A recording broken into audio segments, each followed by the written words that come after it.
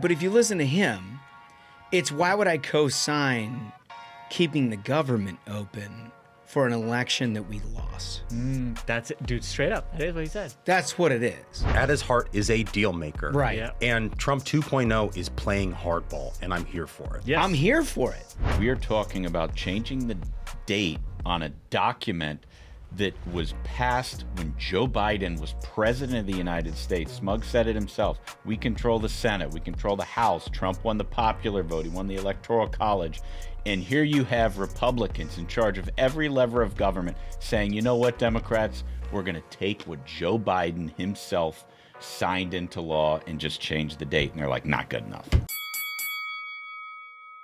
Our nation is standing up for American workers, restoring the pride of making products here at home. That's what we do every day. We're America's beverage companies, making American products with American workers in America's hometowns, delivering brands that have been enjoyed for generations, creating good-paying jobs, the kind that require only a strong work ethic.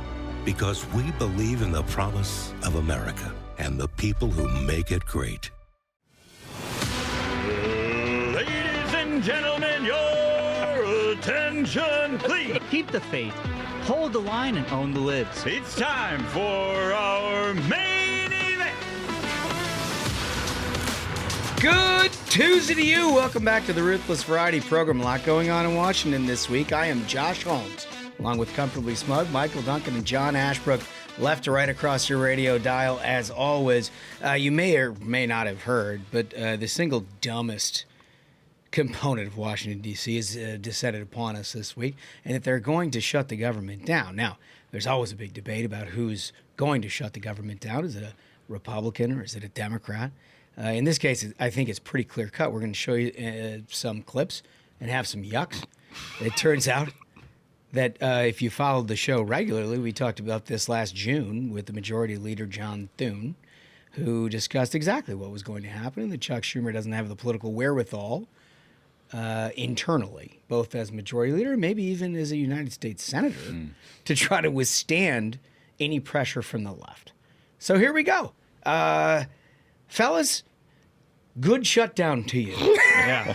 I mean, well, I think you pointed out something really great, is it speaks to where Schumer is as a result of a lack of leadership, as a result of not being able to rein in the far left, but there is really no far left. It's just a bunch of loonies that control the party. That is now just a lunatic party, and Schumer's getting bullied by him. That's what's happened. It is a lunatic party. There's no question about it. I want to jump right into the clips. We got some fun, some yucks here. We also have some variety that you're going to love. I know there's a lot of stuff happening with Israel and everything else, but this is the thing that everybody's going to be talking about for the next 3 days. So we might as well just get right into it so you know the news before the news happens. Yeah. I think we should start with the way that Democrats have framed this whole thing up. Now, recall, back in March, there was a CR, a continuing resolution. All that means is that you change the date on the current funding levels for the government of the United States. This is not a particularly controversial thing. But the left wing went absolutely crazy and said, no, we can't do business with Donald Trump. And Schumer got himself in a lot of shit. AOC decides maybe she's running for Senate, maybe she's running for president. And the whole thing devolves to a point where they're no, here are 4 totally unreasonable demands that we're going to make you in a triple majority position. You got the House, you got the Senate, you got the presidency. But we want our agenda, not yours. Yeah. Great. American people went the other way on all that. But here we are. And this is how Chris Murphy, remember, this is becoming quickly one of our favorites. Mm-hmm. Because this guy is quite obviously running for Chuck Schumer's job. He is as wonder bread as it gets. But he has to, in order to get out from underneath the just doughy, soft New England nonsense, he has to be a little bit precocious, shall we say. So he's got a lot to say, and he goes on one of the late night comedy shows. It's amazing how this happens. I can't wait to hear this Rank comedy. and file senator. It's gonna be good comedy. Right on a late night. What else is funnier than that? Yeah. Well, we do find some humor in it. Clip 1. I think Democrats are united in a couple simple ideas, that we have to stand up for people whose lives would be ruined by these massive healthcare premiums, and then that we have no moral obligation to pay the bills for democracy's destruction. And so if this budget doesn't roll back at least some of the grave damage that's being done to the rule of law, then Democrats have no obligation to support it. I think we can grow consensus in the country on those two things. Okay. I want to just deconstruct this for a minute so you, the audience, understand exactly what it is that we're talking about. It is the Biden budget that we're talking about that was in a what they call a CR, meaning they changed the date of it to September 30 from March. And that was the one that blew a hole in their mind. They couldn't imagine doing such a thing. They're proposing on doing the exact same thing, meaning it's still a Biden budget that they all voted for, including Chris Murphy, at some level, going forward another 30 days, 60 days, or whatever. He is saying that in and of itself constitutes a grave emergency because of the existence of a Trump administration, which the American people voted in. Right. Tough stuff. Yeah, it's the end of democracy if we don't, fund PBS. You know what I mean? It's like such small ball. And the whole thing with the subsidies for Obamacare. This thing was called the Affordable Care Act. Bingo. It was supposed to make healthcare more affordable. And of course, the sleight of hand of that entire thing was they just expanded Medicaid enrollment. And then you, the taxpayer, pays insurance companies to offer healthcare to people. It was called the Affordable Care Act, and it made healthcare unaffordable. And Republicans warned them again and again and again that this is going to happen, and then it happens. It's because their whole plan all along is they want to have socialized healthcare. They want you to give have up. No choice. That's the thing. Is they're like, maybe if we make such a bloated bureaucracy and everyone is forced to be a part of it, that's always been the plan all along. And they keep complaining, like, healthcare is such a... Because they got what they wanted and they just want to break the system. And this is another attempt of them breaking the system to get what they want. That's not going to work. Well, and we have Cindy Hyde-Smith, senator from Mississippi, on the show today, and she'll talk about it. And she's like, look, a quarter of the people in my state are on Medicaid. Like, I'm more than happy to have a conversation about how we make healthcare more affordable in this country. Like, that's important to me. But the idea that you can't just change the date on the CR and we're going to hold the federal government hostage because it's going to be the end of democracy if we change the date is such a ludicrous thing. It is. I think Rule 1A, when you're considering shutting down the government, is to have a message as to why it is that you're doing so. Some of them have tried to get into this Obamacare discussion. They conveniently leave aside the fact that the Affordable Care Act is the necessary component of new tax subsidies in order to make it affordable. Yeah. But they don't all land in the same spot. See Swalwell, clip 2. I don't think there's easy answers here. I want to start by saying that. And I have allowed myself to be persuaded by the idea that we should be not giving any bipartisan imprimatur to what the Republicans are doing because of what they're doing to our democracy, that we should draw the line on health care, or that we should fund the government because Trump is so unpopular we should not own a shutdown. What do you think? Keep it open for what? I mean, by the way, they've already shut it down. They have fired cancer researchers. They've gotten rid of air traffic controllers. They've gotten rid of FEMA response agents. They've already shut it. They've gotten rid of USAID. They've already shut it down. So keep it open for what? So they can deport more of our friends and neighbors? Keep it open so they can kill cancer research rather than killing cancer? Keep it open so they can go after their political enemies? Like, why would I want to co-sign on that? And that's why I voted against it. And that's why every senator should vote against it. Oh, there it is. Always a thoughtful commentary from the Chinese spy. Yeah. And you know what? Like, so again, they always go with this, like, well, the Republicans are trying to destroy democracy. Democracy is being destroyed when you win the popular vote and the electoral vote and the Senate and the House. I think that argument, Americans clearly saw past that when they voted for President Trump, when they voted to give Republicans the House, when they voted to give Republicans the Senate. So when they say that, it's just sour grapes that they don't get to call the shots anymore. Yeah. And then when he says, oh, but they're deporting our friends. Your friends, the criminals? I mean, I knew the Chinese spies, but just out and out, like, all criminals are our friends. That's not a very convincing argument.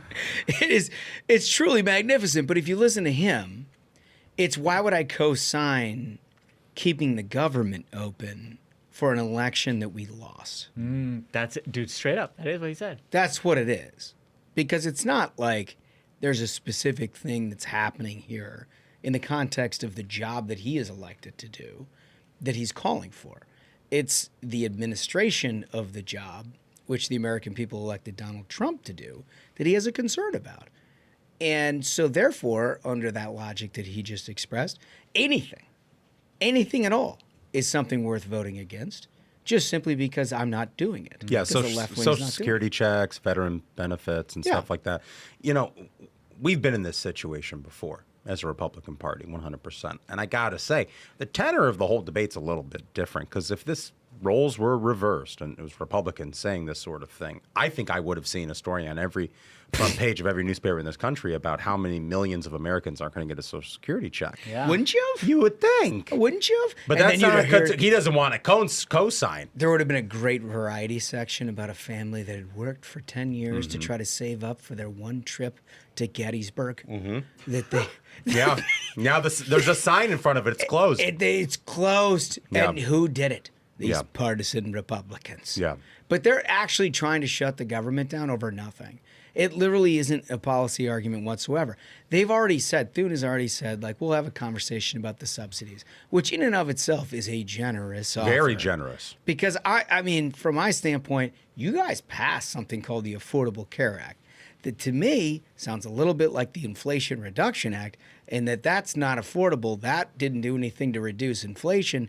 Perhaps you just have a 1984 problem when it comes to your party and legislating.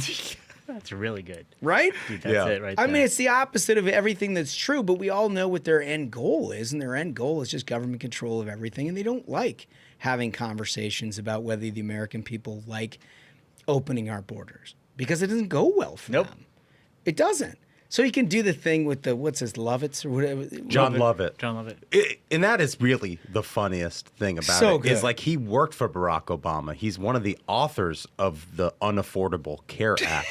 And now he's going to sit there and be like, well, we could, I guess we have to shut down the government because healthcare is unaffordable. Well, they talk as though they just landed yesterday.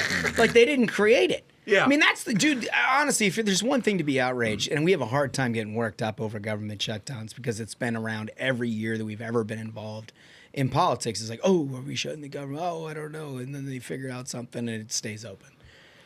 And maybe it shuts down for a period of time. I don't know. But the thing that is most outraging about this is that they literally went to the mat to decimate their party at the federal, state, and local level to create a healthcare system that they utterly believed in their core was the right thing to do for the American people. Now, we completely disagree with that. I mean, Johnny and I were on the front lines of that at the time fighting it and thought it was completely ridiculous. The inevitable was going to be what we saw today, but they believed in it. Mm-hmm. And somehow they erased that entire experience. And 15 years later, they show up and they act like, well, this is the system we got. This is the system we got. We can't let the Americans pay for this. We're just trying to work within the confines of the system that was built. They're the architects of the system. Right. And all of a sudden it's everybody else's fault that we have health care that's unaffordable. It's incredible to me. Right. They're so full of shit. And I come right back to the point that you made at the outset. We are talking about changing the date on a document that was passed when Joe Biden was president of the United States. Smug said it himself. We control the Senate. We control the House. Trump won the popular vote. He won the Electoral College. And here you have Republicans in charge of every lever of government saying, you know what, Democrats, we're going to take what Joe Biden himself signed into law and just change the date. And they're like, not good enough. No, I mean, it's amazing concession from the outset. Mm-hmm. And they just can't have it. They can't have it. So the White House put together a supercut of Democrats talking about what a grave damage a government shutdown would leave the American people in. Oh, no. You're like, oh, my gosh, really? They haven't seemed like that seemed like that's that grave a damage. Like they seem to be talking about why. You heard Swalwell. Why Why wouldn't I shut it down? I don't know. Let's hear from them. Clip 3.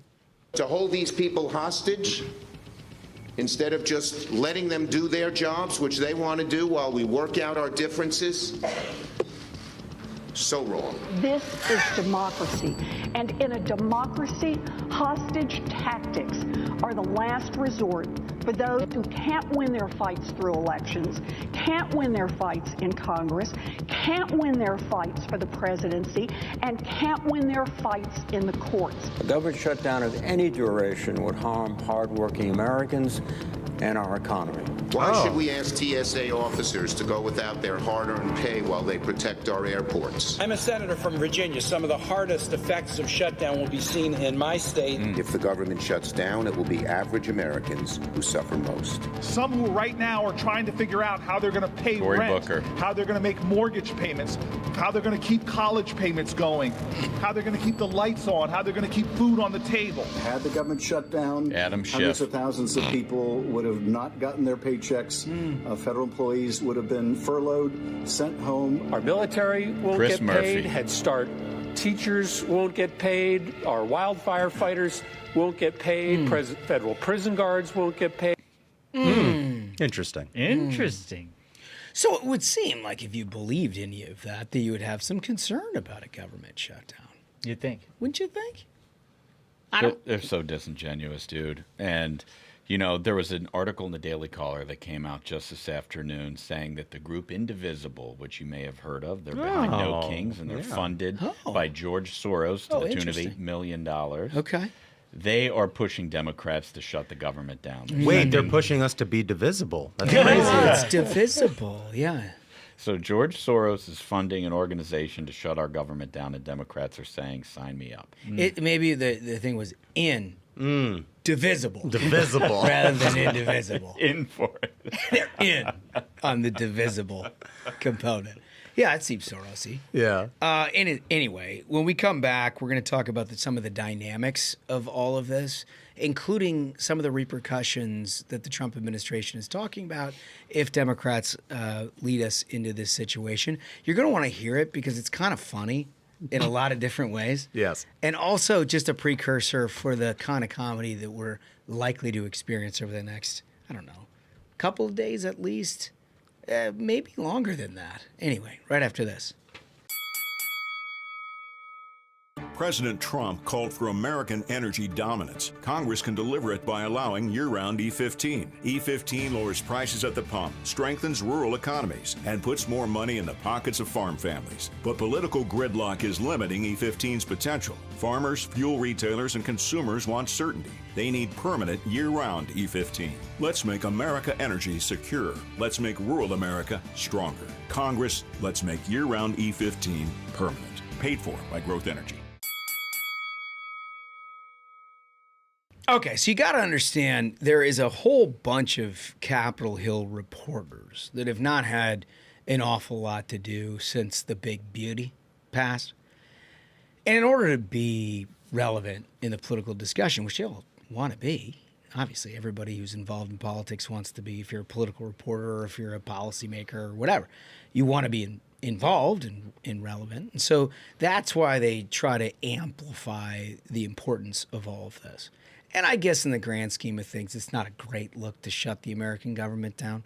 I'm sure markets don't appreciate it. I'm sure international investment takes a hard look at that kind of thing. And it's not great by any stretch of the imagination. It's certainly not the end of the world by any stretch. But here we are. And so what has happened is all of these articles and publications are talking about shutdown. And they start talking about, the process of all of this. Well, the White House gets involved in the process discussion of this. And I think this is the most important part of it because I find it the best schadenfreude that you can find in terms of where this might leave the Democratic Party. Remember, this is a party that just wants government control of everything. But by shutting down the government, they just leave out legislative control of anything and allow the administration to do pretty much what it wants in terms of the continuity of the government. So the White House shows up. Remember Russ Vought? Yes.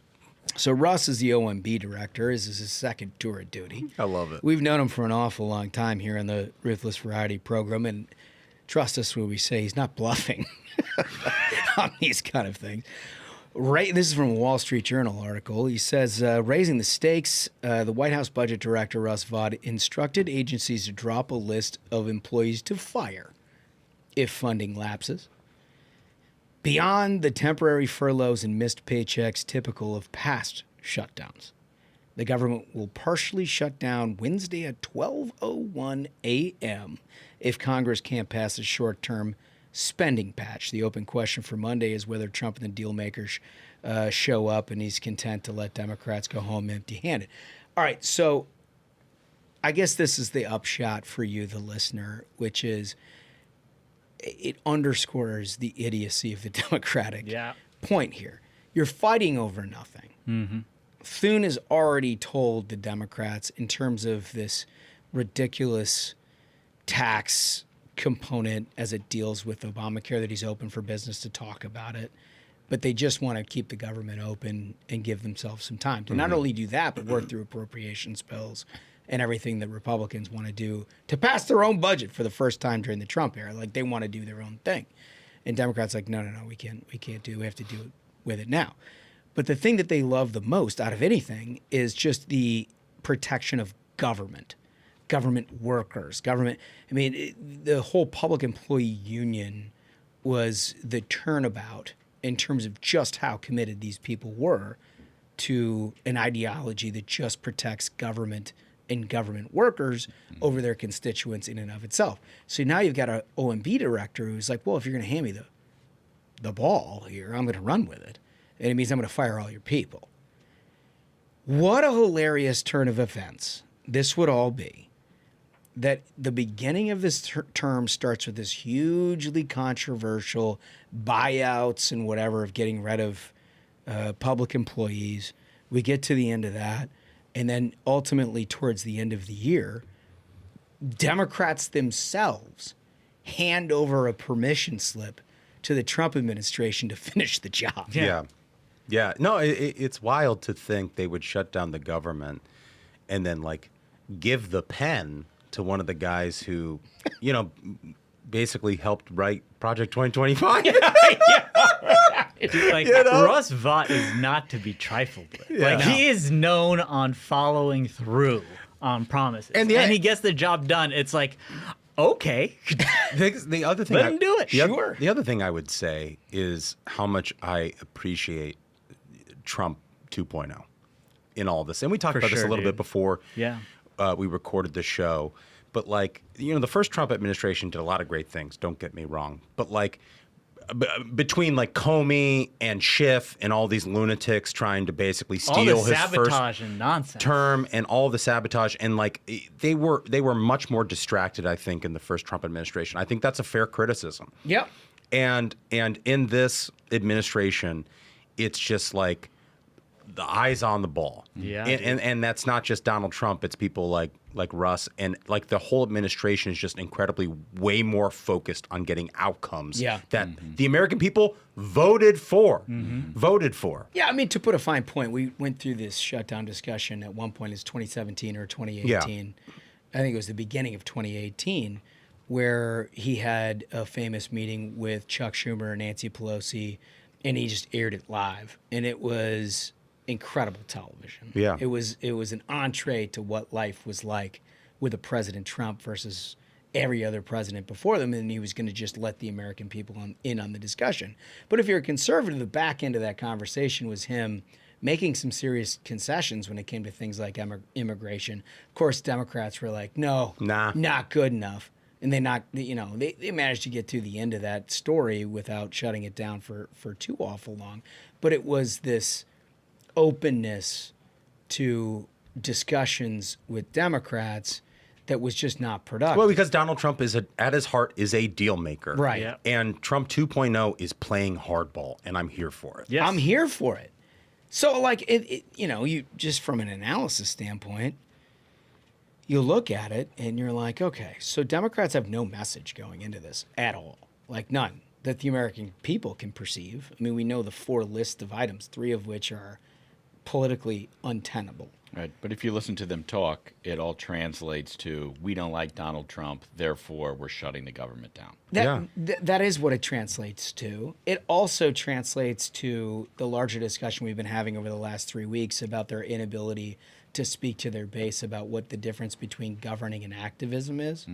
Yeah. They've got a real problem with that. And they've got a real problem with that, right? When it comes to showing up and being like, hey, I got the microphone here. All the shit against ICE is fucked up, right? The political violence, Charlie Kirk, all these other things. Stop. This is not life and death.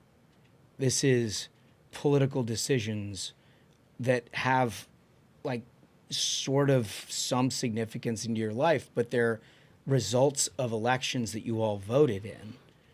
And they can't do it. They can't have that conversation with the American people, much less their political base, because, as we've talked about, they're scared of their political base. Bingo. Yeah. They are. In their political base, it's full of lunatics. I mean, all the violence, all of everything. And then over the weekend, there was this like terrorist cop killer who died, and all these Dem organizations were like, oh, this was a real leader in our country. The Chicago Public Schools Union tweeted out this woman, Shakur. Assad Shakur, yeah. Yeah. Who cop killer. Murdered a New Jersey police officer, was broken out of prison, and shipped to Cuba. Yeah, smuggled her to Cuba. And she was on the FBI top 10 most wanted list. And I don't know, because I don't live in those circles, like she may have done some stuff like writings or whatnot. I can't even imagine what the insanity would look like. But the Chicago Public Unions were mourning Teachers her Union. loss. Yeah, Chicago Teachers mourning it. Teachers Unions. Mourning it. They were mourning her loss over there. I mean, that just, dude, it's so broken. The party is completely broken. It does feel like the 1960s again. It does. And they engage, to your whole point, they engage in all these theatrics to sort of pacify this radical left-wing base. I wonder, do you think we can get in and out of this whole shutdown conversation without some really patronizing, ridiculous speech from Cory Booker? No, impossible. We just heard. I would bet on that. I'd stomp on that. If DraftKings or somebody offered me a bet, I'm betting the house. 100%. But again, when we talked the last couple of weeks, when we're dealing with like all the unfortunate shit that we've been dealing with, and we would have loved to have had more yucks, the common thematic through all of that was a political party in the Democrats who were not only disinterested in speaking any sort of truth to their political base because they were scared of it, but ramping up rhetoric to try to meet the base where they are. Mm-hmm. And like when you're dealing with well-adjusted human beings, you understand it's just politics, and they're just dealing with what politics is. It's you make hyperbolic arguments that nobody actually believes. Like, this is going to kill people. Yeah. Right? This is what they did during They said it on net neutrality. Yeah. Net neutrality. Net neutrality. Right. I mean, internet policy. Internet. Yeah. And but they talked about that in great detail during the Big Beauty. Like, this is going to kill people. This is what they're going to repeat here over the next 24 to 48 to 72 hours in relation to a date change on an absolute funding bill they've all been living underneath for the last 3 years. I kind of feel like Allen Iverson, Allen Iverson quote of like, we're talking practice, bro. Practice. Yeah, we're talking about practice. We're talking continuing resolution, bro. It's incredible. It's incredible. So anyway, that leaves us to our question of the day. Well, if the government shuts down, how long will this last? And That's a good one. And give us some deets. Like, I want to know how you think it ends. Like, I think it has to be an abject cave from the Democrats, because I just don't understand how Republicans could play a losing hand here. I just don't. I've never seen a political party walk in this blind to something like that. And that's what happens when you got no leadership. Right? Is there some fake thing we can give Chuck Schumer, like a medal or something, so he can pretend he won this? So we can just fund the government? He just goes back to the Bronx and he's like, look what I've done. Look I've at got my a medal. Honestly, that's my suggestion is you offer him armed security from Democrats. Oh, there you go. If he can feel like they're not going to come after him physically, because that seems to be the party's MO, he might be able to do his job. His problem is, I think AOC's trying to offer him a gold watch. Yeah. I think a little you might be retirement right. He'll never get out from under I that. think you might be right. So listen, that's our question of the day. When you like and subscribe, we read every single possible one of them, summarize them, and give them back to you on Thursday. So go ahead and do that now. And when we come back, we're going to give you your answers from the last question of the day, which is, what will the next left-wing leader look like? You got creative right after this. He's Donald Trump's #1 enemy in Congress, Chicago Senator Dick Durbin. And now Dick Durbin has a new scheme, a government takeover of your credit card. Today, consumers have thousands of choices in credit cards, all with equal, strong security. But Durbin's plan is less competition and less security. And that means more risk for your credit and your identity. Tell Republicans in Congress, stop Dick Durbin's takeover of your credit card before it's too late. Okay, when you like and subscribe to the Ruthless Variety program, we offer you the opportunity to comment on the question of the day. And our last one was, what does the next left-wing leader look like? They're a leaderless party. So gathering all the information you can about what encompasses the modern left, you had some ideas about all of that. And to start, we always start with a voice. First comment comes from Howard County Herald. Herald writes, the next leader of the left is 3 David Hoggs in a trench coat. That's perfect. I like that. It's hard to beat. I mean, usually a hog in a trench coat's a flashing situation. That's 100% right, and I would be concerned about what's the manner in which you assemble the 3 under the trench coat. Just saying. Is it? I don't know. I read that and I got a visual I didn't want in my head. My God, I did too. I thought it was like a reverse like one of these piggyback situations. Well done, Howard. Yeah. Okay. Comment 2. Dunks Runks. This is from Bailey. Bailey writes, the old leadership of the Democratic Party are the 2 old guys from the Muppets. Perfect. Oh, yeah, right? Really like the guys in the box. Yeah, the theater box. Yeah. Yeah. The new face of the leadership is a combo of Bert and Ernie and Stewie from Family Guy with a sprinkle of Teletubbies. I like that. I like that. That's very good. All right, comment 3, Smuggles. Comment 3 is from David Schwartz. David writes, Kilmar Armando Abrego Garcia will be the next Democrat leader. Dude, honestly, that's not a bad guess. As recently as today, 28th September on News Nation, he was referred to as Maryland Dad by Marky Martin. They really love this guy. It is insane. It is crazy. It makes no sense. It's a wild thing to go to the mat over. Mm-hmm. Isn't it? It sure They is. love their criminals, don't they, He's folks? like, human trafficking. It's unreal. Unreal. MS-13. It's what Smug always says, though. They always have to defend the Edge case so they can push the Overton window. Mm-hmm. They have to look to the most absurd and defend it to the hilt because that's how they make progress for their agenda. It's insane, but It's that's nuts. the reason That is why. why they do it. It's wild. All right, I got to tell you a little bit about it, Z-Biotics, fellas. I Let's know go. that we got involved with this a little bit last weekend. We had a sports weekend that was something we may talk to you about later in the show if we have the courage to do it. It wasn't great, but we had some long days and nights. We were up in Happy Valley, Penn State. Mm-hmm. The Whiteout. We went to the Whiteout. There was 113,000 people, paid attendance there. Great game, double overtime. It didn't go the way that we wanted. Old man in particular, and that Penn State took the L on it. But we had an awful lot of fun. And when you do that, you're going to want to look into something like Z-Biotics. Yeah. Hey, our favorite. Absolute favorite. You have to do it because it's the pre-alcohol drink from my standpoint that, it's science-backed, right? Well, I mean, if you're going to have a big night, it needs to start with Z-Biotics. Because everybody thinks that, when you have a big night and you wake up the next day and you don't feel so good, I'm just dehydrated. But the reality is that, alcohol becomes a toxic byproduct in your gut. Z-Biotics knocks that right out. Knocks it right out. And look, dude, there are a few advertisers where I've been such a huge fan of the product that I use it religiously. I'm telling you, it works. That's the thing is, So the past weekend when I was hanging out with buddies, we got to enjoy bourbon. I made sure before I left, I had it already packed. It's that easy. Yeah, I saw you zoink a couple out of the pack. Did you take a whole sleeve, by the way? Did. Yes. Oh yes. my gosh. Because it works, and that's the thing. Like that's the thing is it actually works. It's not like one of these things that you hear. Oh, if you start, try this supplement or whatever. No, the reason we are so zealous about it is because it actually works. The truth is, it is like Duncan said, it's not dehydration. I don't really necessarily need to know the science of it. I just know it actually works. The day after I get to enjoy, I have a blowout and a ton of fun. As long as I had Z-Biotics first, I feel perfect the next morning. It's incredible. It was developed by PhD scientists. So there were very smart people who put it together, and you don't even have to think about it. Bingo. You just need to know that there's no tomorrow without Z-Biotics today. Exactly. It's not the sugary nonsense that you find in the checkout place at the local grocery store. This Right. is real stuff.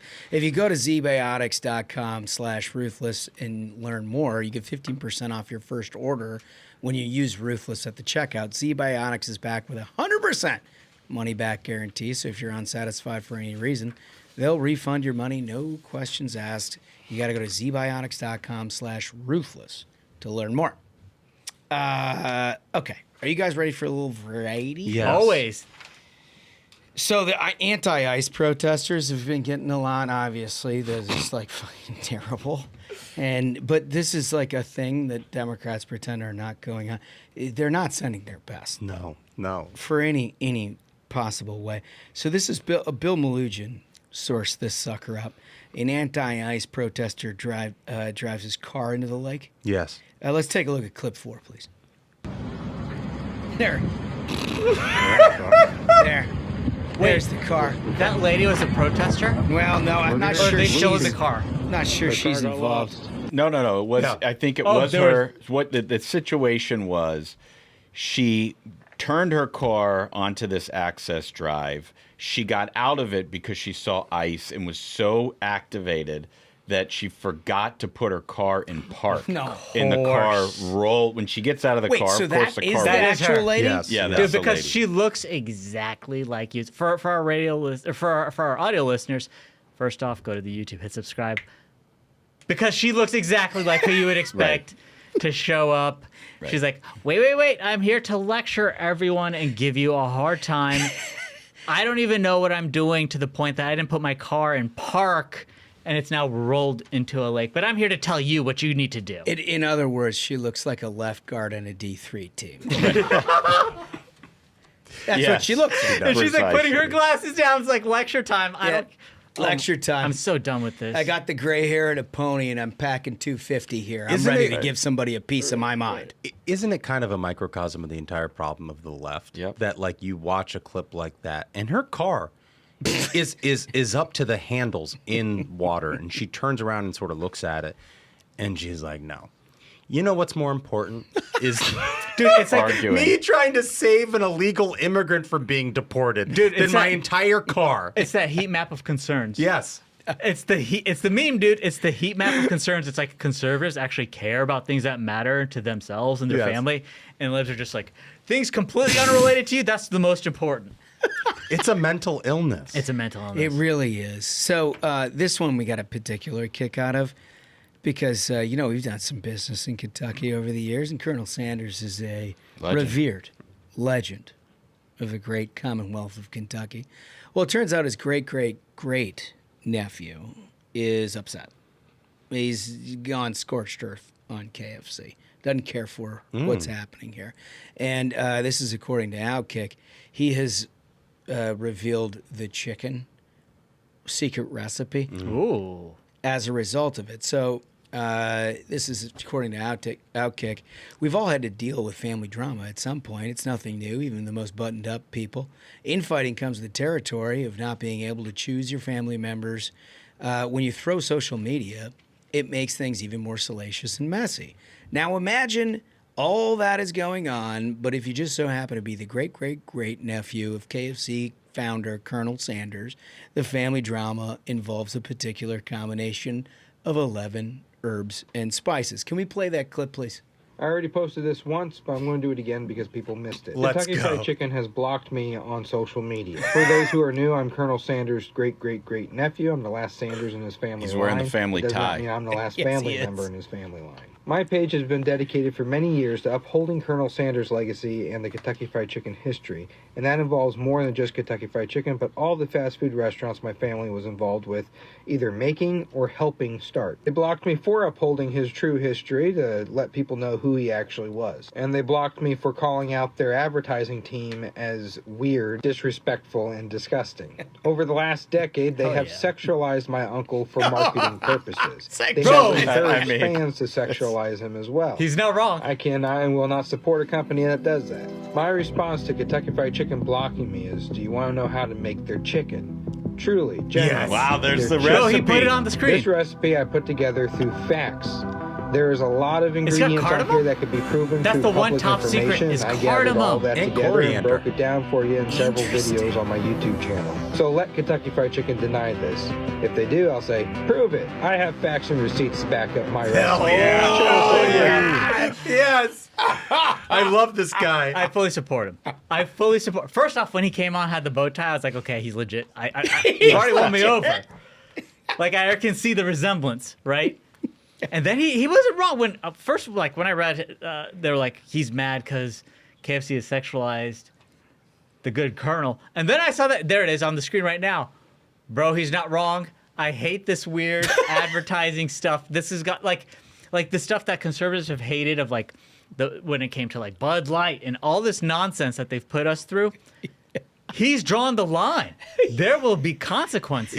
It is particularly weird to take a very old man, like an icon of fast food, and somehow like make horny content for Zoomers. Totally. Like imagine doing this to like Aunt Jemima. Like why? Yeah. Why would you do this? I mean, Will Ferrell did it Wow. Yeah. with Aunt Jemima. Yeah. He did it. I guess he kind of did. Yeah. Yeah. It was hilarious stuff.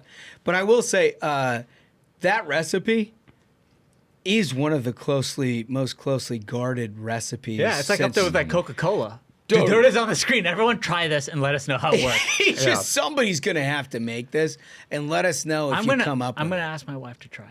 Yeah, I mean, somebody get that I'm going to give it a involved. shot, but let's be real. I Because gotta like, say, that's the old dude, school. Cardamom, I wouldn't have ginger, expected and it. coriander are something you would more typically see in like an Asian or Indian recipe. Sure. It's fascinating. Well, he was way in front of his time. He knew. The Colonel. He Yeah. knew. I mean, the original recipe, it is good. Do you Very flavorful. Smug? Do you like KFC? Like, what's your you go-to OG? chicken spot? So if I'm going for like real deal, so I mean, I was in Atlanta Yeah, recently. Chick-fil-A. No, dude, there was this, I can't even remember the name of it. Their fried chicken was like A local next haunt? level, yeah, local place, just Yeah? mind blowing. Like when you have really good fried chicken, it makes a difference. The sad thing- disrespect to go to Atlanta and not say Chick-fil-A there. Like, No. like the disrespect. What has Chick-fil-A done for me, bro?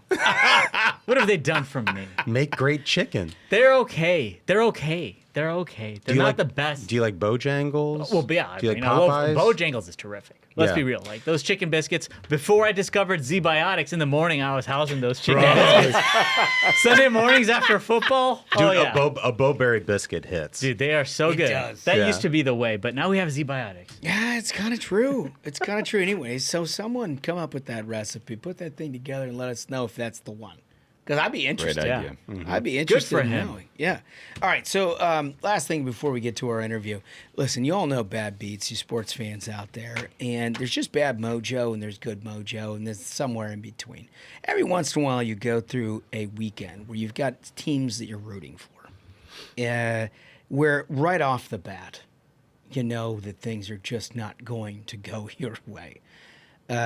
So Duncan and Smash and I went up to Happy Valley. Fantastic trip. Went ourselves up there. 113,000 paid attendance. The atmosphere was 10 of 10. Yeah. Full whiteout. Yeah. Primetime game against Oregon. Now a big argument against Penn State in recent years. They can't win the big one. But this was going to be the time. And they came back from 17-3. They tied it up. We go into overtime. They score. It goes into double overtime. We think this thing is donezo. They lose. Yes. Good.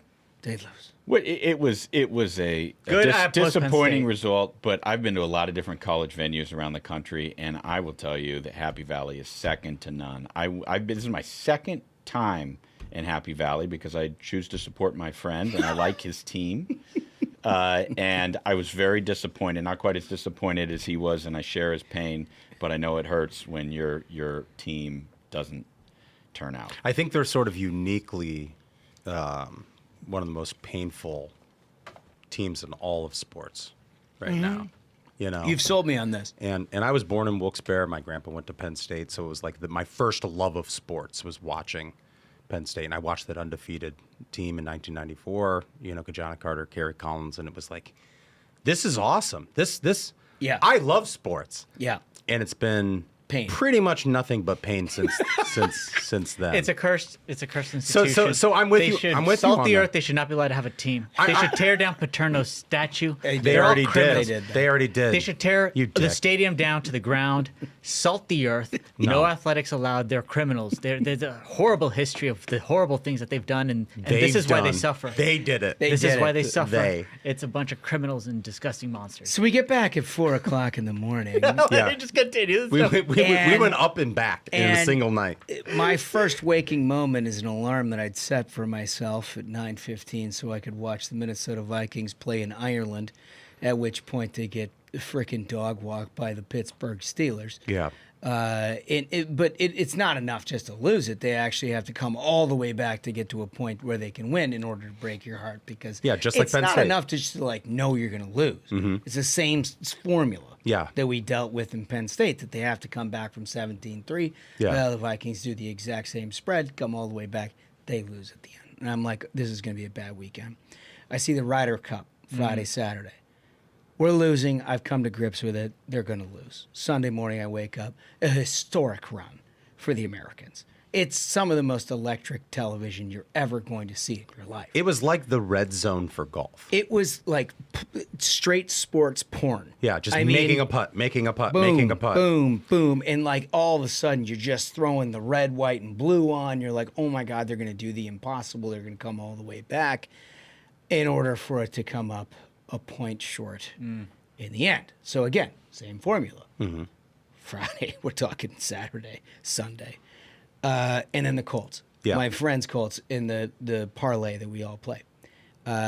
They are much better team than the LA Rams. They're outplaying them in every capacity.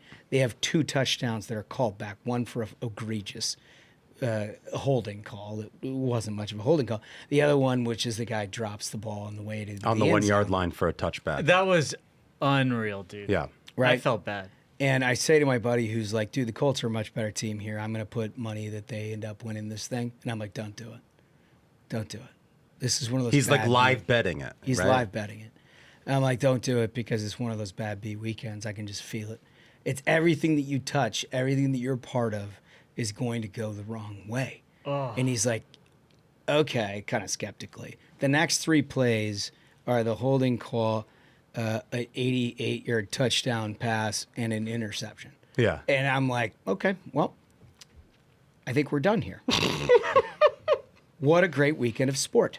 Right. The lone bright spot, Cincinnati Reds got a wild card. I don't berth. care. None of us No are one cheering. cares Nobody about gives that, a bro. shit, No one dude. Listen to this. Listen No to one this. gives No one a cares, shit. bro. Nobody Why cares. do you Listen bring to that this. up? Listen to this. This guy's shit college football team loses, and they should have lost. They're going to lose to Ohio State.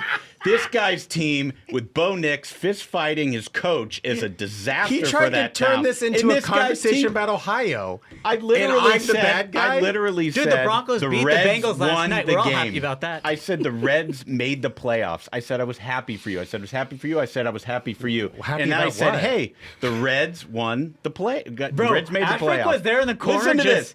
Listen to waiting. this. Just prime. This is outrageous. It's like we have a sports If you are conversation. from He's like, Cincinnati, how will I make this about Ohio? if you are from Cincinnati, you understand nothing more than what I'm Oh, saying here we right now. go. You're Bro, snubbed these are the every most like single time. needlessly aggrieved people By Indianapolis. in the world, bro. Like Cincinnati's got beef with Indianapolis. Like, what are you fighting about? Well, no, we don't have a beef with Indianapolis. Tri-state compact. Like, you're down bad when you're like, well, Indianapolis is who our rival is. No, they What are you only have a talking about, AAA baseball team. Oh, my God. he Here just we all go. this Colorado became an attack Rockies on- are like, terrible. I'm not Minnesota nowhere. Twins had no chance. Like I'm not low enough. I guess the What point a of crazy Cincinnati Reds you, take. now I want you to be lower. Okay. I want you to be lower. Okay. Your team will never win another game. Can I please just put the segment back on the Franklin track is here a terrible coach. for a second? Can I put the? I can't believe you like him. I'm going to put the segment back on track here, and that is, there was a primetime game on Sunday night that ended in a tie. Yes. Which is so weird. And then also in the Ryder Cup, Victor Hovland decided he couldn't play the individual match on Sunday. And then a weird wrinkle in the rules of the Ryder Cup is if you withdraw, you get a half point. The other guy gets a half point. Yeah. It's a wash. Yeah, it was a huge controversy. So what do we think about ties? Ties suck. Nope, not allowed, dude. It should be like you go until people can die. Yeah, this is sport. You finish. Well, I don't understand it. That's my point. The Europeans, there should be an alternate player, honestly. Or if he can't play, they should have to forfeit. Can you imagine what would have happened if Eisenhower said, I'm sick, I can't do D-Day now? Right? Europe would have collapsed. So now we have to suffer through Victor Hovland's stupid neck, and then you look at him sitting in front of everybody. His neck looked fine to me. I just love that Ashbrook totally redeemed himself. Yeah, are you kidding me? I Totally say something redeemed. nice about, I I'm on mentioned your my side team now. one time. Bro, everyone hates the Reds. That's what you think. I love this. The dog pile on the Reds of all franchises. Jeez. Haven't won a postseason series since '95. I'm not watching until they bring the corpse of Marge Schott back. Listen, I think we've covered the sporting event, but we got to get to Cindy Hyde-Smith. Cindy Hyde-Smith is one of those senators who just works, makes relationships, tries to represent her state as best she can. She's not the one that's out taking credit for everything, but she's a real workhorse in the United States Senate, and you got to get to know her. Take a look. I want to welcome to the program somebody who's got a lot of influence under the dome in the Capitol and a lot to talk about on all of that. Senator Cindy Hyde-Smith, how are you? We are good. Today's Monday, but it's a good Monday. Flew in last night, and we're ready to roll. Flew in from the great state of Mississippi. Actually, through Atlanta, I sure did. Oh, you do have to connect? Okay. They make you connect? There is a direct, but I have to get up at 3 o'clock, and I'm not a morning person. I just skip right over that one. So the connection flight, all for the terrific level of camaraderie that you're about to experience under the United States Senate Dome. Sounds like they're going to be shutting down the government. What do you think about that? Rumor has it. A lot of chatter going on. Can't wait for lunch tomorrow. Yeah. It'll be very interesting, especially after the 2 o'clock meeting today at the White House. Yeah. Mm-hmm. Right. And, we'll all be texting each other tonight. We're just a big club is all we are. Yeah. And, we'll be texting each other and a lot of chatter going on. We'll be glued to the news to see, what tidbits we can get. And it's always interesting.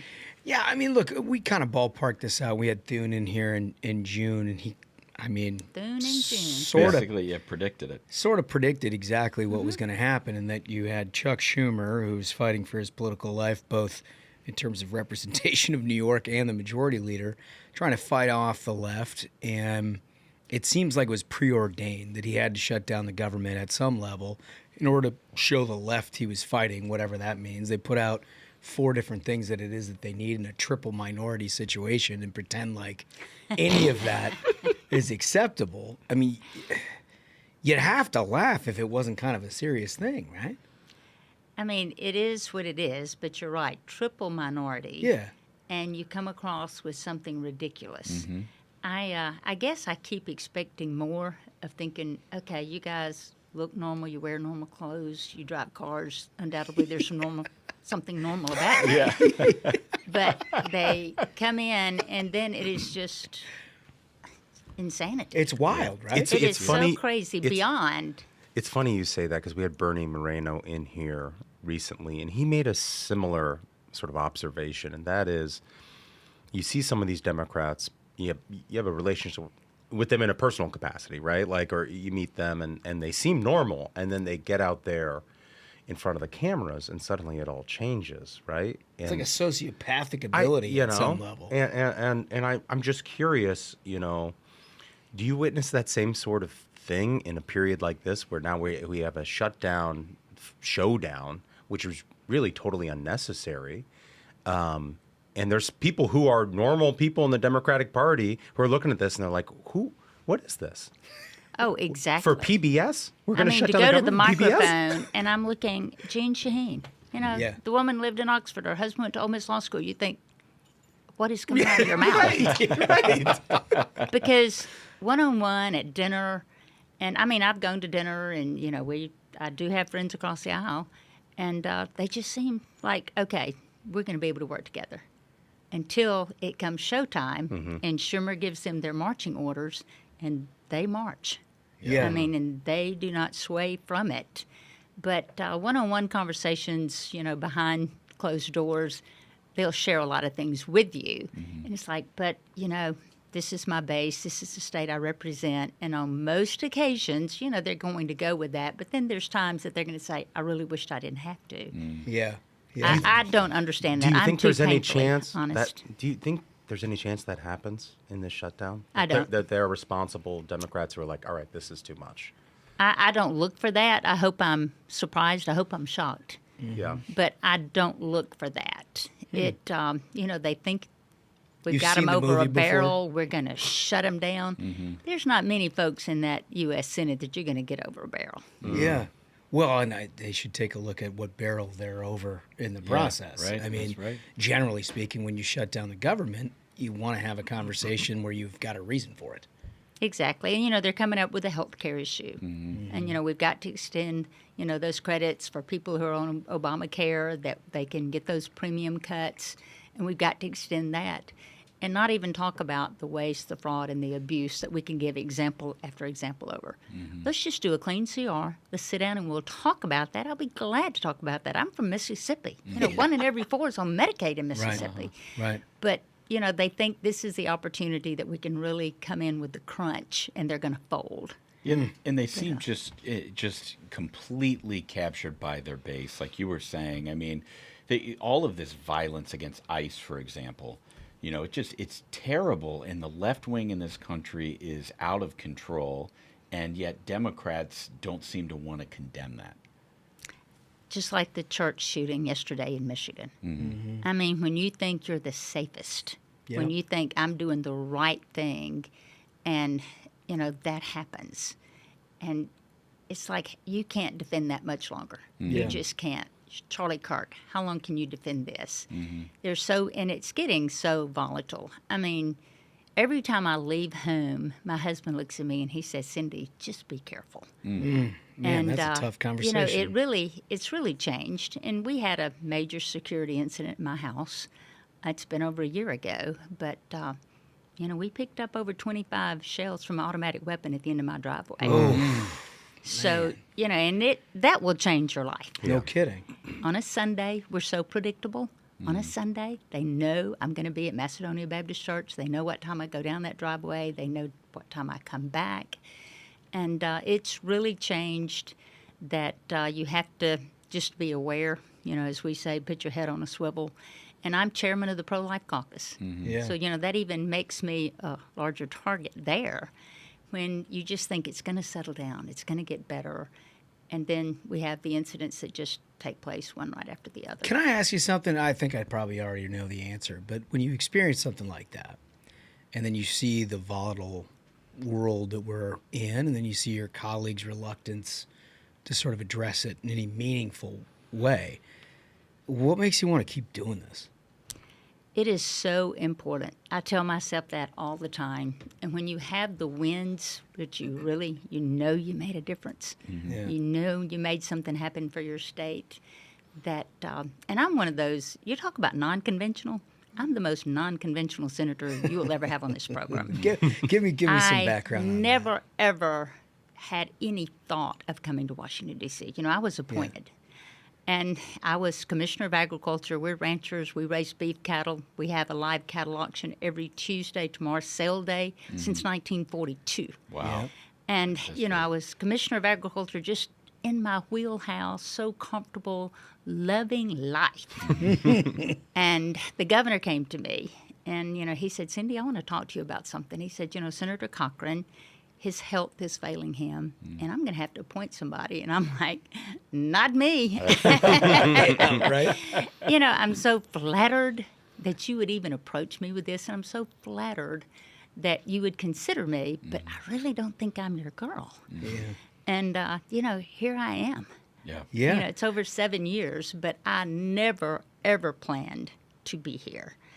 And, you know, I'm really glad that I did say yes, but I'll be honest with you. I Times said like that, no you for gotta a wonder. long time. And you talk about on your knees and praying, and you just feel God's index finger in your back doing Yeah. this. And I thought, God, I do not want to get on an airplane every Monday of my life. Yeah. I'm so glad that I did. When I got here, it's right in the middle of Kavanaugh. I was the first woman that went Yes, to the that's floor right. to defend Brett Kavanaugh. Yep. And I mean, I knew then, I know why I'm here. You know, there's so many things that have happened. Of course, we impeached the same president twice. You know, we went through COVID. So many things that I remember Marco saying, Cindy, this just isn't normal. And I just looked at him one day and I said, Marco, when's it going to get normal? Welcome to the United States Senate. Yeah. So I am your unconventional senator to be here, but thrilled to be here. Love representing the state of Mississippi, running for election again, fighting off unbelievable things right now that the games have already begun. But I'm a worker. Yo, I that's really the thing that we've am. always appreciated I'm a about worker. you is that you didn't show up and want a talk radio host job or go, you know, be a national media personality.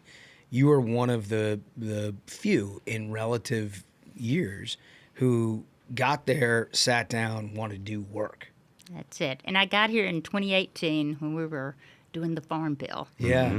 And Which you you knew a know, little something about. I just looked in and it was like on the table, and I thought, gosh, I'm in front of it. I can actually be a part of this. Yeah, because you're all downstream from all of it for And so many years. Now you can actually change the front end. It's a lot of fun, and of course, being close to the president is really got its benefits. And you know, I say he is so loud and proud about so many things. I mean, economic development, you know, everything to do with getting business, the climate we can succeed in. But when it comes to agriculture, he's pretty quiet. But he trusts me. Yeah. And so you've that's a developed that good position. relationship over the years to a point where, well, I mean, the one thing about Trump is that he weighs in heavy about the stuff that he knows and cares deeply about. But there are a whole bunch of things out there like agriculture where he's got to have trusted people that he talks to and takes their point of view into account when he's weighing in again. And this has been a relationship you've developed over a number of years. It really has. He came to Mississippi 3 times for me to help get me elected. And I assure you, if I get in trouble in this election, he'll be there the next day. He, for some reason, we have developed this bond. And if he trusts you, he trusts you. And, you know, it's just he reaches out to me on things that it's pretty surprising at times. And I get to see a vulnerable side of him that I really enjoy, that he feels confident in reaching out to me. I'll always cherish an early morning call, like at 5 o'clock in the morning. Really? You know, when it's him. 5 a.m.? Oh, yeah. You know, and you open one eye and you say, "Good morning, Mr. President." That's got to be like a 99% screen rate. Yeah. And all of a sudden you see the POTUS and you're like, okay, I guess I got to take that. But it was his mother's birthday. Oh, wow. Yeah. And so, you know, whatever we're talking about, you know, I feel like, you know, I know he's going to answer the phone. And I don't call him a lot. But I feel like that, you know, it's a benefit to everybody that you do have somebody out there you can bounce things off of and trust. But it's a benefit to Mississippi. Yeah, because nobody understands, no president, I mean, in my lifetime, I feel like understands the stakes more than he does. And now that you've got this relationship with him, you've worked with him for a number of years, now you know that you've got a great champion in the White House that maybe, you know, the state of Mississippi hasn't had in a while. Well, and to think that he cares. He cares about rural health care. You know, in Mississippi, that is so important. He cares about things that are near and dear to me, and he is always helpful, you know, when you reach out to him. And, you know, that's the reason you're so careful on what you reach out about. But we've got the things in Mississippi that Mississippians they're concerned about. Of course, they want safe, neighborhoods. Mm-hmm. With that border being open so long, and, you know, Yep. we're so close to I-10, you know, that has just been a concern there. And, of course, now in my farming world, it's commodity prices. The row crop guys, they are really in a tough situation. And that's not crying wolf, hand me something. They don't want you to hand them anything. Yeah. They want the ability to have the markets to produce, they can prosper. At the end of the day, it's all about profitability. Yeah. You know, and you have to stay in business. And Right. if you want to support anybody, it better be the one that feeds you. Right. No kidding. The cattle folks, prices of cattle, they're higher than they've ever been in my lifetime right now. There's a shortage, of course, we've had to do with the World Screw Room. Yeah. Worms that, you know, they're parasites, get into the animals, and these details there that Brooke Rollins really has a handle on. Well, she understands. She seems to really understand. Oh, yeah, she definitely does. You know, she has 4 kids, and they all show cattle. Yeah. And I was really glad to see her land there. Yeah. But Brooke's smart. She makes good decisions. She weighs in carefully. And, you know, I tell you, we have some impressive cabinet members. Oh, no question. You have to give credit where credit is due. We really do. And they want to work together. They want to get things accomplished. And to go through 4 years of Biden. Right. Oh, And yeah. because, see, I got here in 2018, so I was in here 2 years, you know, with You the saw 2 president's years last. of good and then Oh, yeah. 4 and years we of were catastrophe. rocking and rolling, and I mean, fuel prices, driving down I-55 in Mississippi, looking at the signs on those fuel prices, looking at interest rates, I thought, the sky's the limit. You can do anything you want to do in this country. And then here comes Biden in. And that was 4 years of torture. Yeah. I mean, it really was. But I'm thinking, yeah, I'm sticking around. This ball game's going to change. Yeah. And I always wondered, you know, why did God let us go through that 4 years? But it was so we would realize how bad it could be, that America awoke, and then we came in and won this thing back. Right. Because we went through that, and I say awoke in a good way. Yeah. Awoke. Yeah. That Awoke, not just woke. awoke. Yeah. That you could see how bad it could be and how bad it could get. And I mean, just the intentional things, just like the open border and, you know, the transgender issues that we've had to deal Yeah. with girls' athletics. You know, Tommy Still Tuberville dealing with and it on I. a local level. Yeah, Tommy Tuberville and I, you know, we got on that bandwagon, and that is just so surreal of thinking, how did we get here?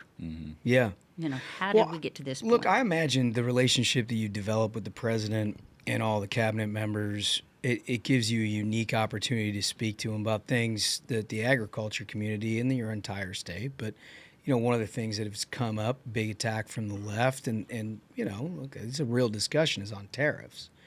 But I imagine that you've had just a running, ongoing conversation with the administration about exactly what you're seeing in Mississippi and how they can sort of craft policy at some level to be sensitive to that kind of thing. Because this is a big Absolutely. thing across the country. Most people feel like they don't have any input. You do. They definitely come to me to voice their concerns. And long term, you know, I really think we're going to see some benefits out of this. But, buddy, if we It's could just tough. do a fast forward about 18 months, Okay. 24 months, 36 months, gosh, I wish we could make that happen. But we've got to go through the pain. Yeah. And it's true pain. Yeah. But as long as we can provide a bridge to get the farmers through this, that's what we're going to have to do. I mean, the input costs are so unbelievable. They keep, You know, they keep going up. we write the checks at my house for fertilizer cost, and they keep going up. The equipment cost, you know, just within the last 5 years, the cost of equipment increase. And then when you have low commodity prices, when you have China that pulls out, this is where we are. You're convinced that the back end of this, the better deal for America, is something that, well, frankly, no other president has had the courage to try to have a conversation about, let alone try to implement. You're convinced that we're in this transition phase, that we're going to get out the other side, and there are going to be deals internationally where we need a better deal for American agriculture than we currently have, and that this whole process is probably something we had to go through inevitably to get to better economy, a better agriculture economy? Absolutely. We have been taken advantage of for so long. Mm-hmm. I mean, it's really some examples out there that are unreal. Yeah. Yeah. I mean, look, there's no question. And to think that we have a president that says, hey, we need better deals than this. Because we were just takers. Yeah. We didn't offer our product on a market. We were just takers for what we were going to get for it. So I really do think there will be benefits. I think that some of the farmers out there may not can hold out till we get there, and that's the concern there. And that's the reason even last year, before December, with the supplemental that I worked so hard on, it's like we can get there, but we've got to put up these guardrails to get us to the other side. Yeah. Yeah. Well, look, good people in Mississippi have got somebody they can count on, for sure, which is, and has an audience with the president and everything else. It feels like so many, I mean, these Democrats, they deal themselves out one way or another. I mean, they have no representation in their state whatsoever. Yeah. And it's like when you get somebody who can have a conversation and actually bring their concerns to the fore, the chances of the government, as big as the federal government is, making sure that you can do something for them increases exponentially. And you have to know what to do. I mean, relationships are good, there's no doubt, but you have to be in that proactive mood to move that, you know, you can create legislation that's going to be beneficial. You know where the pitfalls are. You know, we need good interest rates. You know, we just need a strong economy and get out of our way. We can prosper at that point. But you, as I described in a meeting right before we left to go on recess last week, I said, we were in an ag meeting, and the comment was made, he says he loves the farmers. And I said, but we have to teach him how. We have to let him know what we need. We have to let him know the tariffs that are truly crushing us right now. We've got to go in another direction.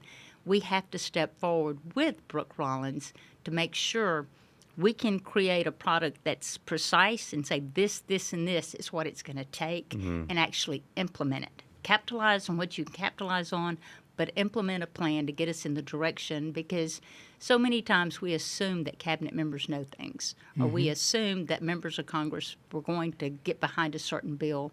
But you have to articulate your message.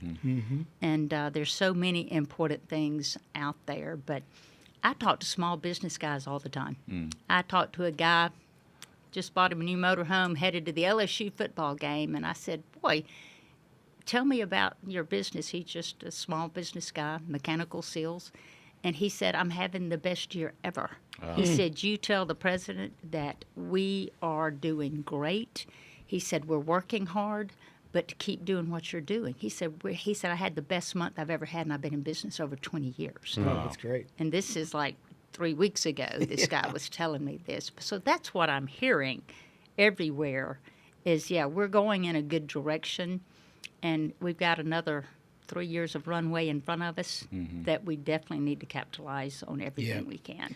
Can you tell me a little bit about, so you mentioned you're in cycle. You're running for re-election, obviously.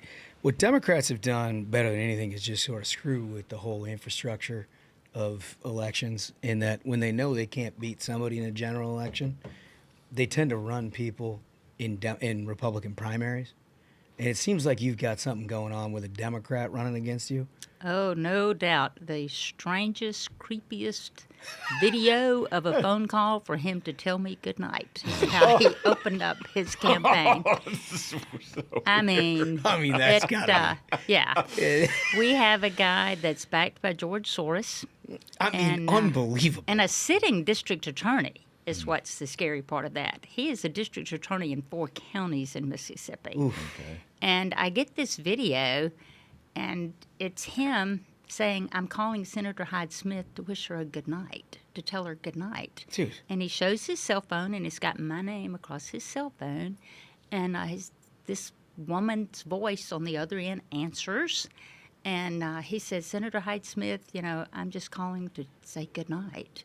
And he said, I know you blocked me as being a federal judge. Yeah, George Soros, federal judge. And he said, I'm a Christian, and I just want you to know I forgive you. And he has this weird conversation with some woman on the other end, the other voice coming in. And he tells me that, he forgives me for that. What and that in he's the not world? taking it personally. I mean, it just gives you a good insight into how weird this whole is thing's his announcement day. Yeah. And he says, good night.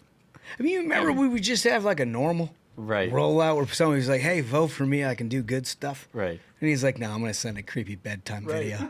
That's where we're going. But these libs are all theater kids. Yeah. They're all acting some kind of role. There's nothing genuine about them. And it starts with a guy who's a George Soros attorney pretending to be a Republican and pretending to have a conversation. I mean, that if that doesn't tell you everything you need to know about the left, I don't know what does. And Chuck Schumer has committed $10 million to him, and James Carville's gotten involved, and it's like, here we go. Yeah. But the primary seems to be going to work out okay. There's two people there, and literally right now I cannot tell you who they are. I'd never heard of them. One of them I think is a Smith, but to think, here this George Soros transgender defender is what we call him. He opposes any legislation that would keep boys off of girls' team sports. Jeez. And Chuck Schumer has just picked him out. So, but he's mad at me because we're in such a weird place. Yeah. We're in such a weird place. Here you have this senator who reluctantly accepted the role because she thought she could do a good job, right?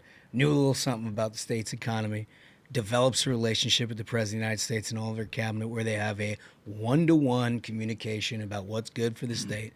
And this dude shows up with a bunch of Soros money and is like, good night tape.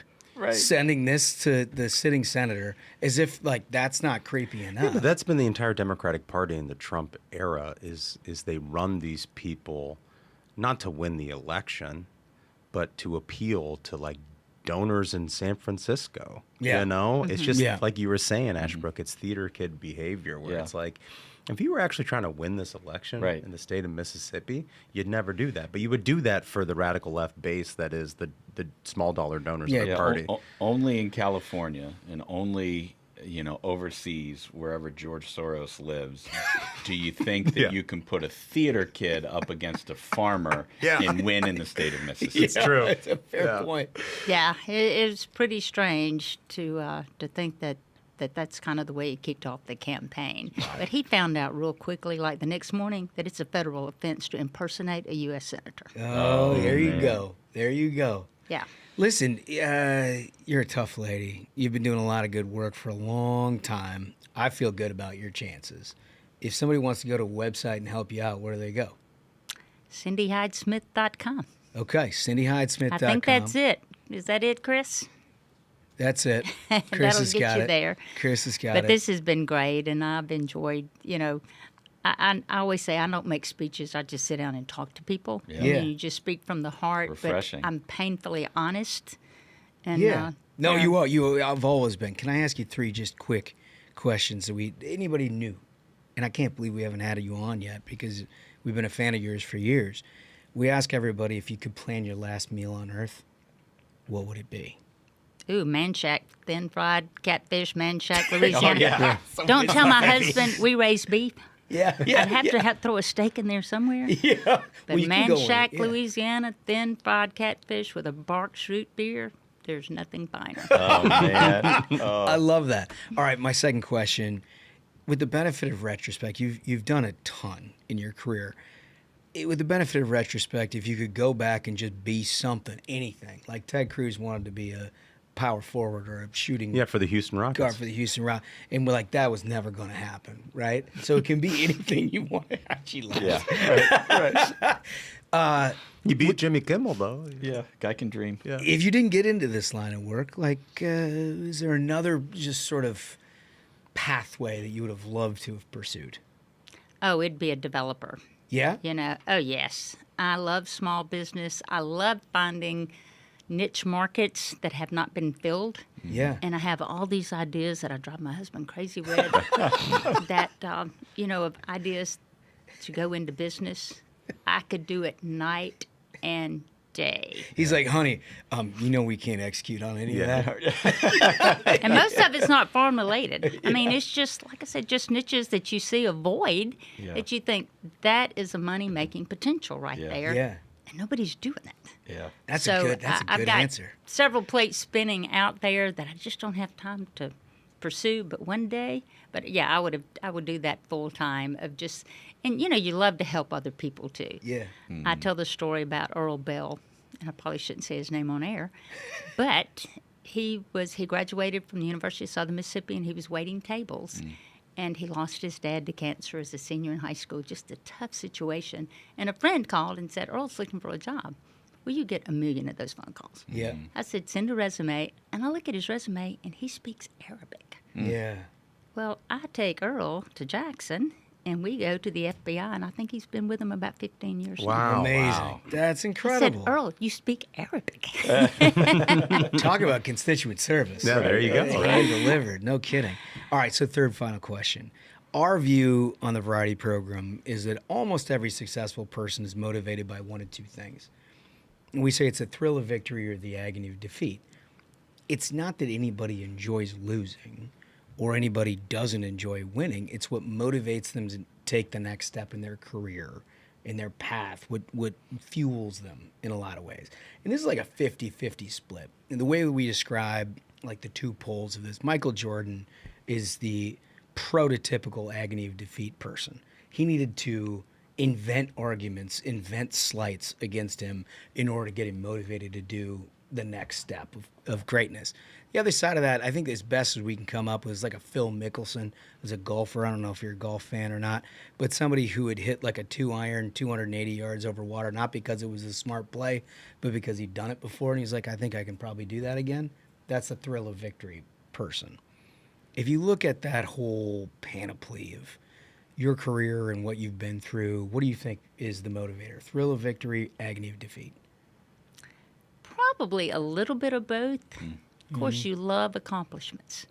And when somebody looks at me and says, oh, this can't be done, I'm the one that'll say, oh, yeah, we're going to get it done. That's agony. Yeah. That's So, agony. Yeah, that is. I love Being the doubted. accomplishments and thinking, well, if I could help this many people, what else can I do? You know, it's like, bring me your problem. Let's just figure out how to solve it. But when you put your name on the ballot Yeah, it's a different thing, right? and you think, no, I'm not losing this. Yeah. You know, you will. When I got elected the first time statewide, first time I'd ever ran statewide, and in 1999, I'd never ran for anything, and I beat a 20-year incumbent. Wow. And then when I ran statewide on election day, I weighed 96.4 pounds. Wow.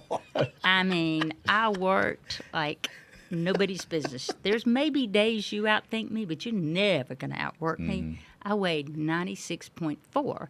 So I think once you put your name on the ballot, you're so determined. It's like, oh, no, we're going to win this thing no matter what. We're going to win I'm it. ready to conclude. She's an agony gal. And you're sitting with three agony guys, so we understand it. You're in good company. We understand it. Sydney Hyde-Smith, I can't tell you for all how much work you've done and communicate to the audience.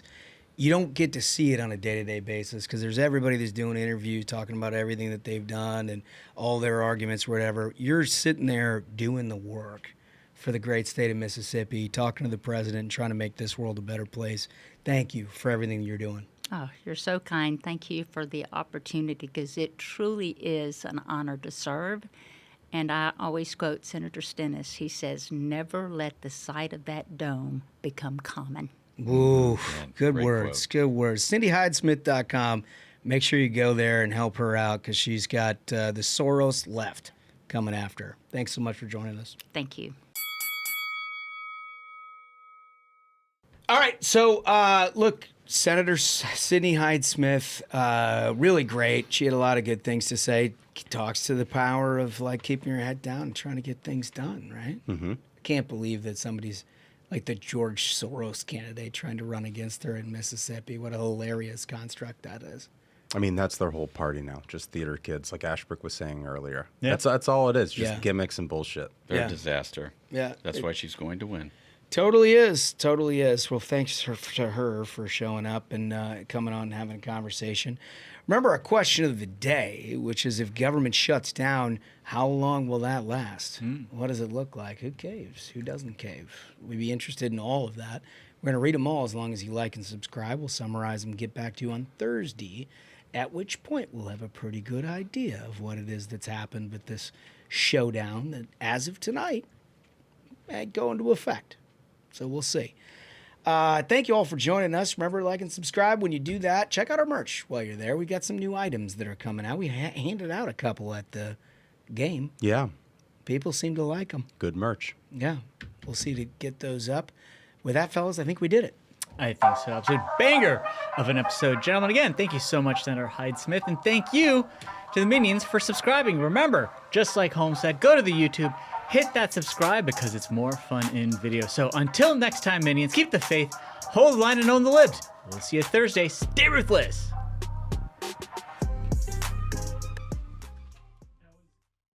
Dude, I just said the one bright spot was the Reds, and that was the I only. like how we all that knew was the to only comment. Hold the Reds That accountable. was the on that only shit, comment, dude. and then you guys are like, "Oh, fuck the Reds! Oh my God, fuck the Reds!" Look at The him. one night, He's the so one animated. thing. Dude, I we've drove never 4 been- hours to we've go never to a been- college football game on Saturday. You broke the narrative. You broke the narrative. Dude, it united us so much. You broke the hatred narrative. of the Reds.